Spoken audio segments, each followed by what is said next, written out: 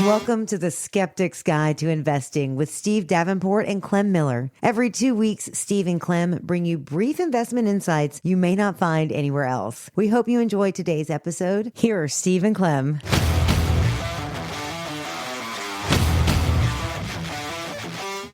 To Skeptic's Guide to Investing. I'm Clem Miller, and today we're going to talk about Federal Reserve meetings and soothsayers. Steve and I will dig into the recent meetings and how they might affect markets. When the Fed meets, which is really about 10 times a year, they're trying to satisfy their dual mandate. So what is this dual mandate? It's this mysterious full employment, however they might define it, and inflation control, which they've said is roughly keeping inflation to roughly around 2% per year. They use the interest rate level and quantitative easing and other tactics to help the economy achieve what they define as success. There's always one element which is always present, which is prognostication. Everyone likes to predict what's next. So, Steve, do you lose sleep during the week of Fed meetings? No. And why is that, Steve? Fed meetings are a way to fill time on finance TV between crypto and meme stocks. No, really. The Fed plays an important role in the markets. It's just unlikely that the prognosticators could be weighing anywhere near the data provided by the Federal Reserve System. There are 12 regional banks, each staffed with economists and professionals to evaluate how the local economy is doing. 5 of the regional bank presidents joined the 7 board of governor members in a rotating basis. The system of regional banks was designed to represent the uniqueness of the different areas. The New York Fed has a much different business mix than the Dallas Fed. They are using the latest government data, and they have use of any international economic research to inform their decisions. I have a hard time thinking that some of the reporters or strategists have anywhere near the information to evaluate and make a completely informed decision. I'm reminded about the Teddy Roosevelt quote about the arena. It is not the critic who counts. Credit belongs to the man in the arena. If he fails, at least he fails while daring greatly, so that his place shall never be with those among the timid and cold souls who know neither victory nor defeat.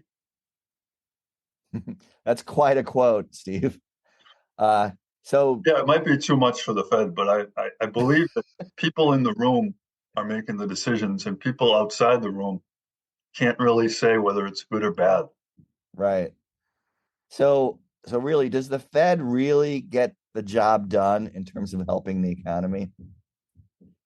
I think it's interesting how, even though the Fed sets these rates, the market will also tell you from the prices on some of the futures that they disagree. So I think that there is a constant battle between the market and the Fed. One, future prices for different time periods in the market vary from what the Fed thinks the rate should be. Fed works on a basket of common goods, which may not be the retiree or younger person's actual expenses. So when they say they got it to 2%, that's 2% for a certain group of the economy. The Fed has a new goal, number 3, of transparency. And it's very hard when they don't have great models or a track record. These goals of transparency sometimes become just as obfuscating as the prognosticators. And last item is interest rates are a very blunt tool, and everybody likes simple answers. So when we say the Fed's increasing rates or decreasing rates, it gives somebody an idea that more liquidity helps the economy, less liquidity slows the economy down. It's really a lot more complicated than that, Clem, but that's what people like to believe. So U.S. regulators and the Fed have struggled when inflation matters and when it will be sticky. We value certainty, and markets are forever reminding us that the more things change, the harder predicting becomes. Yeah, but still, you got all these folks on television opining about the Fed, and it really makes for a lot of sometimes interesting and sometimes boring television. So, what what frustrates you really with the Fed hysteria? Well, I'm a quantitative guy, and I believe that you got to measure. If you say that you did predict something, how did your prediction, how did it come out? There are no metrics on any of the prognosticators. They all claim authority, but they haven't shown any familiarity with the measurement concept. When there is a surprise, all previous guarantees are suddenly forgotten. Prediction is hard. These people want to be able to make the claims of expertise when I think knowledge is what they should be providing. The Fed acts in this case for this reason. At this point of the interest cycle, the market response is positive because lower rates indicate a better operating environment for business. That's what I'd like them to be saying. I think when they say the Fed is loose, Fed is easy, the Fed is guaranteeing markets good returns, those are all pretty bombastic statements that I think could all use a little bit more refining. And I'd just like them to talk to us like adults and not try to treat us with one word or 8-second blurbs. Yeah, unfortunately, you need some degree of market expertise to be able to interpret this. And, you have a lot of folks on TV who are, thinking about this from the perspective of being TV stars more than anything else. So Steve, yeah, the task is hard, but we do have to admit that the Fed has a lot of resources to fix things. I mean, they have hundreds of economists working for them. I mean, they should be able to have some success in being able to control inflation, keep the economy going. Sure, they've been doing, sure, the results so far have been pretty good, but in past years, past decades, they haven't been so good. So the task is hard. What do you think about their ability to actually achieve success in fulfilling their mandates? Yes, I think they have a lot of resources. But one incident that really sticks in my craw was during COVID. We saw the underside of the Fed. 3 governors engaged in large personal trades while they were in the process of deciding how to react to the COVID crisis. As a professional, our firms and our industry certification, for example, the CFA, require a basic level of ethics. At various banks, I was not allowed to take anything beyond a glass of water when attending industry events. There can be no signs that what you are doing, performing in the best interest of clients. Trading is pre-approved and controls are significant. The Fed governors argued that there was no system, so they didn't do anything wrong. There was nothing illegal. The term is front-running, and they had significant information advantage. And by information advantage, they were the ones making the decisions. All 3 decided to resign and retire versus go through a review of the trades. We've seen a similar situation with Clarence Thomas and his vacation with billionaires. We see congressmen, both Congress and senators, trading and having an unusual amount of success with companies who happen to be in front of them on their committees. So these are complicated dilemmas, but these are common sense. What do you think about this, Clem? So first of all, Steve, I'm very surprised that you were only allowed to take a glass of water. At least they should have allowed you to take a donut or a cup of coffee or something. Really? But beyond that, I think it's, I agree with you that it's really common sense to avoid conflicts of interest, and it's so important to put rules around conflicts of interest to try to avoid that. Many, in the industry, we not only have regulations that are imposed on us, but we have ethical obligations through our CFA and others through their CFP program and so on. And the whole idea behind this is that we're interested in promoting the welfare of our clients, of our customers, and not our own personal interests.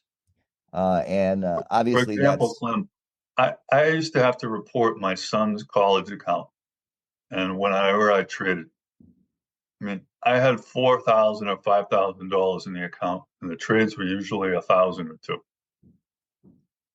You have Fed governors trading millions of dollars a day or two before their meeting announcement. I mean, I don't think this is accidental. I don't think it's, small and insignificant.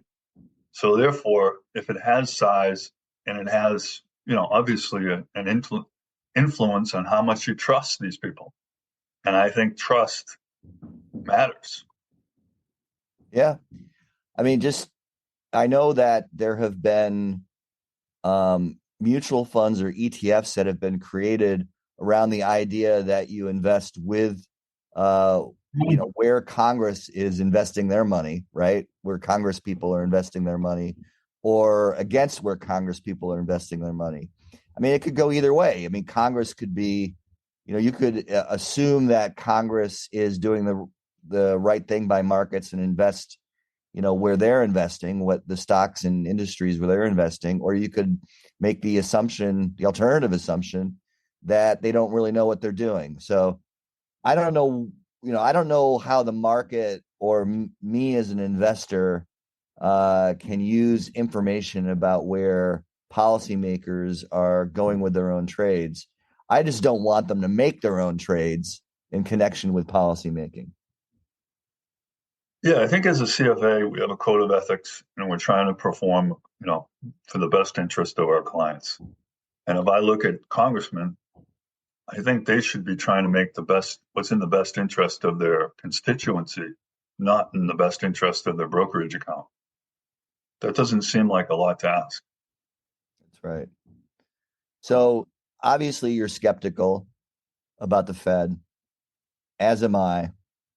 Question is whether our skepticism really turns into, cynicism. What do you think, Steve? I'd just like to finish with a very simple concept. Ethics and leadership need to be more automatic versus reactionary. I don't think the Fed should have to, figure out, or the Supreme Court should have to figure out that there's a potential for a conflict of interest and they need to, observe some rules. They should be following the law is a very minimum bar. Not all you need to satisfy. I think you need to, believe everyone is watching.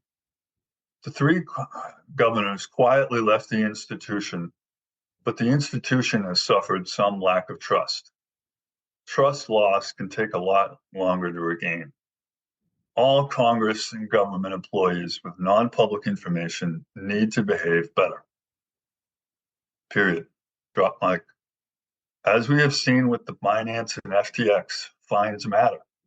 The lack of a clear instruction on trading should not mean there are no rules. There needs to be a basic level of responsibility which comes with a greater power and authority. Yes, regarding this situation, I am cynical that there is not a greater outcry or a desire to improve. We'll be right back.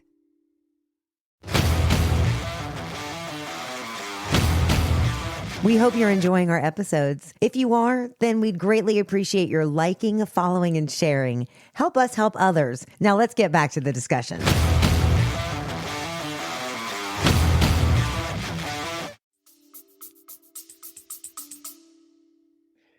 So, Steve, what do you think about the direction of Fed rate policy, to the extent we can even know that? And does that environment create opportunity in certain asset classes? Yes, Clem, I believe that we can talk about direction and we can talk about generally tightness or looseness. I don't want to be the one that says there's going to be 50 basis point of cuts or 75 basis point of cuts. I think that presumes a greater degree of skill and knowledge. I think we're going to be higher for longer because I think that rents and some of the inflation is going to be a little stickier. I think that inflation is a slippery snake to tame. Savings, delinquency on cards, and higher rents will continue to challenge consumers. So I believe that the rates will probably stay a little higher longer, and I think the market will react in somewhat of a negative manner. So, Steve, in some future episodes, we're going to be talking about, the election year, obviously. But at this point, do you see anything happening this year that would affect the Fed? I really don't. I think that the Fed will try to step aside, as they always have, and try to be apolitical. I think that's like trying to ask a person, to be without sin. It's not really possible.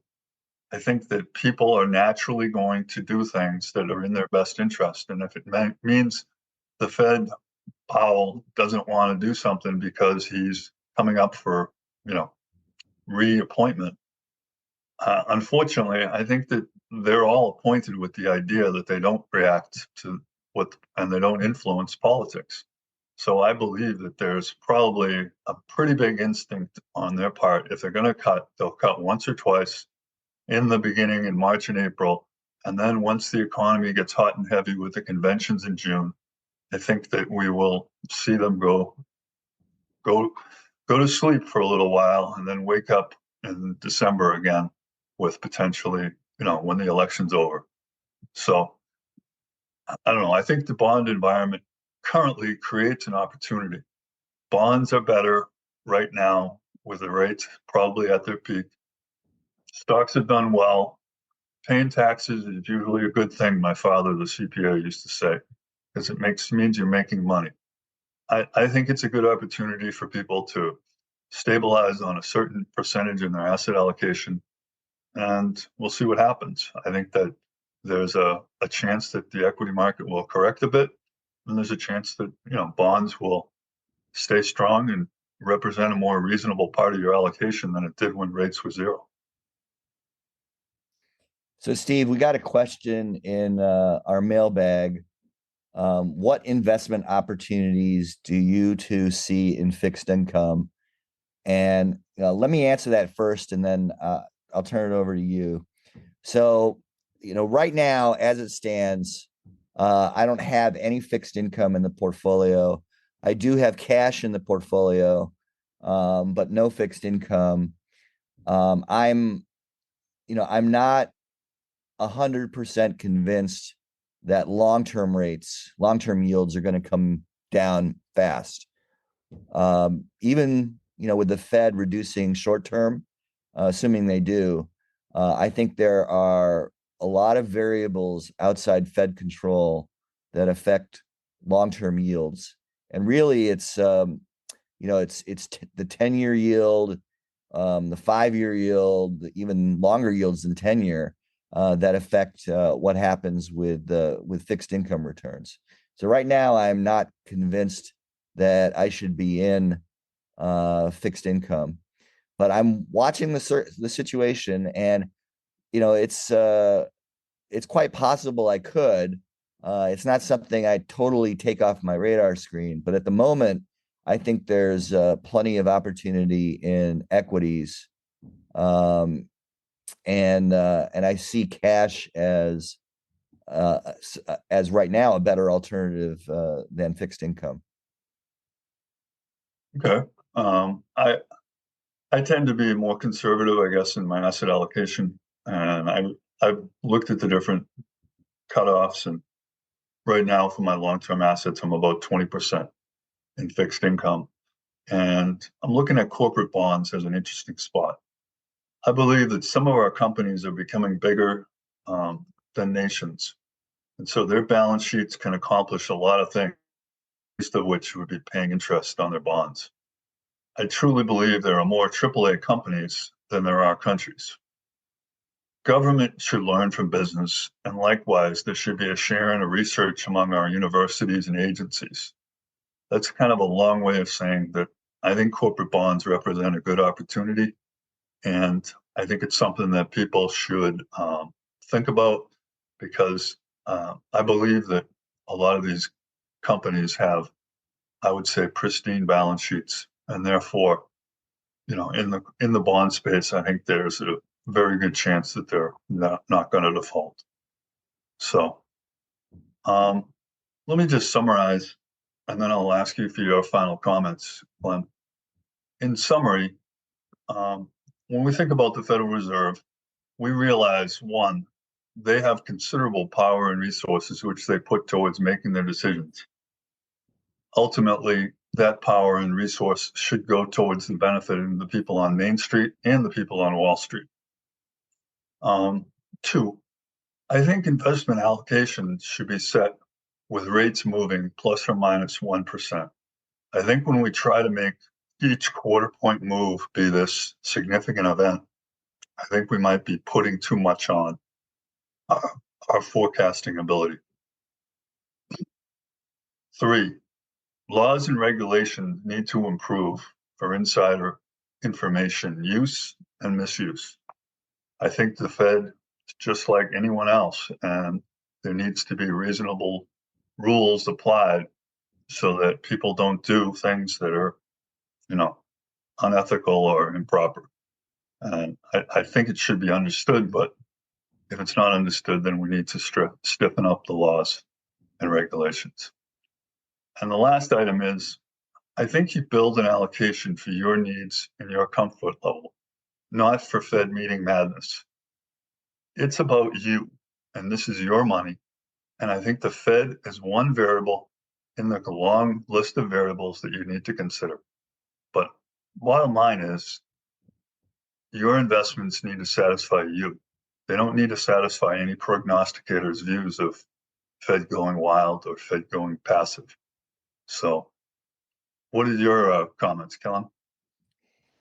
Well, Steve, I think, when I look at how folks evaluate the Fed, the talking heads, and how much emphasis they put on Fed decisions, it almost reminds me of, communism and the Soviet Union, and how folks would put emphasis on 5-year plans and state control and so on. And I think, we have to realize that even though government plays a big role in modern society and the modern economy, this is not state planning. We don't have the Fed planning the economy. It's just not the case. They may influence the economy. The economy influences the Fed too. So I don't think that folks should be putting as much emphasis on the Fed as a state planning organization. I think people should look at the Fed as just one actor, albeit an important actor in the overall economy. And I would just say one more thing, and just going to your point about investment allocations being tied to large rate moves. I totally agree with that. And I would go even further to say that, a lot of these, as you mentioned, transparency is a big element in Fed policymaking now. When the Fed communicates in advance that there'll be Fed rate moves, then, when they actually do it, it's not going to move markets. It will have moved markets, a long time ago. So I'm not sure there's that much more information that available that comes out of a Fed decision that hasn't already been anticipated by smart market actors. Yeah, I think it's very complicated, and I'd say the average investor needs to turn the TV off when they start talking about Fed meetings. I'm not sure the average investor is getting a benefit from it. So I think you respect it and you use it as a data point, but I think the the soothsayers about the Fed need to be to have the volume turned off or the channel changed. So, So everybody, to all of our listeners, thank you for listening today. We really appreciate your listening to this podcast and to all of our other podcasts. And we look forward to your tuning in for our next podcast. Thank you very much, Steve. Bye. Bye.